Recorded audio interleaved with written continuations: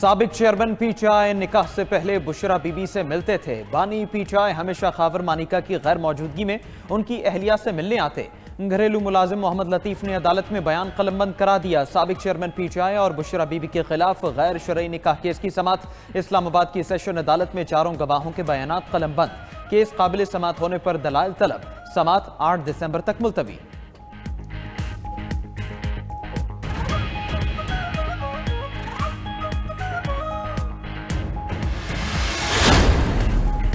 نون league کے رہنما جاوید لطیف کہتے ہیں کہ بانی پی ٹی آئی ڈٹائی سے جھوٹ بولتا ہے تاکہ سچ کا گمان ہو۔ کہتا ہے کہ نکاح کے وقت بیوی کو دیکھا، جھوٹ بولتے شرم آنی چاہیے۔ گھر کے نوکر کیا سچ کہہ رہے ہیں؟ بیوی نے خود اعتراف کیا۔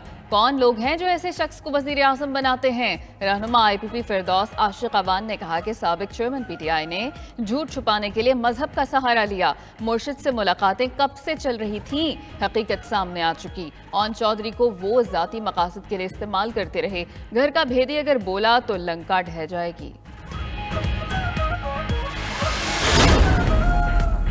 بشرا بی بی کے سابق شوہر کے بیان کی کوئی اہمیت نہیں تو ملازم کی کیا ہوگی؟ پی ٹی آئی کے رہنما حامد خان کہتے ہیں پی ٹی آئی کے انٹرا پارٹی الیکشن کسی بات سے مشروط نہیں۔ پی ٹی آئی کے انتخابات ویسے ہی ہیں جیسے باقی پارٹیز نے کرائے۔ مسلم لیگ، پیپلز پارٹی اور جے یو آئی کے عہدیدار بلا مقابلہ منتخب ہوئے۔ ان لوگوں کو پی ٹی آئی کے انتخابات پر کیا اعتراض ہے؟ نون لیگ کہتی ہے 2018 میں لیول پلینگ فیلڈ نہیں ملی۔ پی ٹی آئی کو تو اب فیلڈ ہی نہیں مل رہی۔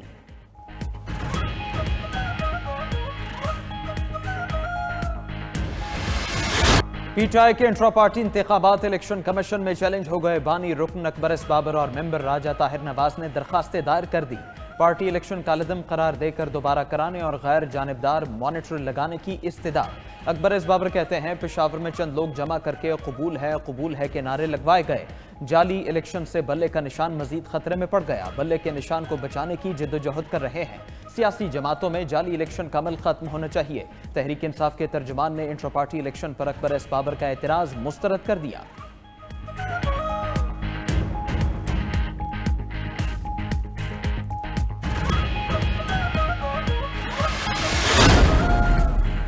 سابق چیئرمین پی ٹی آئی کو پارٹی عہدے سے ہٹانے کا کیس فیصلہ محفوظ۔ الیکشن کمیشن میں سماعت ہوئی۔ وکیل نے نئے پارٹی انتخابات ہونے کے بعد کیس ختم کرنے کی استدعا کی۔ شعیب شاہین نے کہا کہ اگر کیس چلانا ہے تو اکبر بابر کی پیٹیشن کے ساتھ چلا لیں۔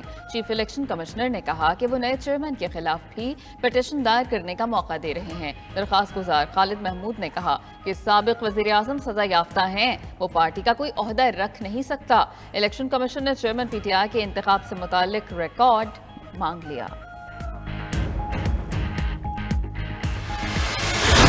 عام انتخابات کی تیاریاں تیز۔ الیکشن کمیشن کو مزید فنڈز جاری۔ وزارت خزانہ نے الیکشن کمیشن کو مزید 17 ارب 40 کروڑ روپے جاری کیے۔ اعلامیے کے مطابق مجموعی طور پر الیکشن کمیشن کو 27 ارب 40 کروڑ جاری کیے جا چکے۔ بجٹ میں الیکشن کے لیے 42 ارب روپے مختص کیے گئے تھے۔ رقم ریلیز نہ کرنے پر الیکشن کمیشن نے گزشتہ روز سیکرٹری خزانہ کو طلب کیا تھا۔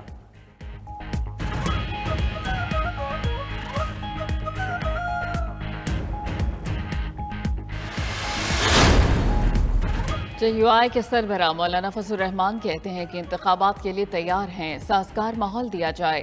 2 صوبے بے امنی کی لپیٹ میں ہیں۔ جے یو آئی کا مسلم لیگ نون کے ساتھ انتخابی اتحاد ہو گیا۔ آئندہ وزیر اعظم وہی ہوگا جسے عوام چاہیں گے۔ پی ٹی آئی کے غبارے میں ہوا بھری گئی تھی جو کل نکل چکی۔ انٹرا پارٹی انتخابات سے پتہ چل گیا کہ پی ٹی آئی پارٹی نہیں ہے۔ جن لوگوں کی وفاداریاں تبدیل ہو رہی ہیں انہیں زبردستی پی ٹی آئی میں لایا گیا تھا۔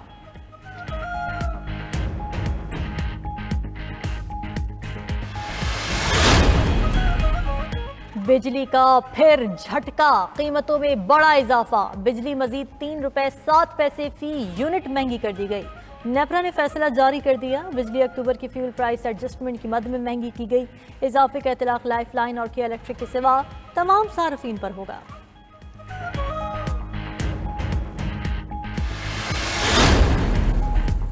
گیس صارفین بھی مزید جھٹکے کے لیے تیار ہو جائیں۔ سوئی ناردرن کی اوگرا سے ٹیرف میں 137.62% اضافے کی استدعا۔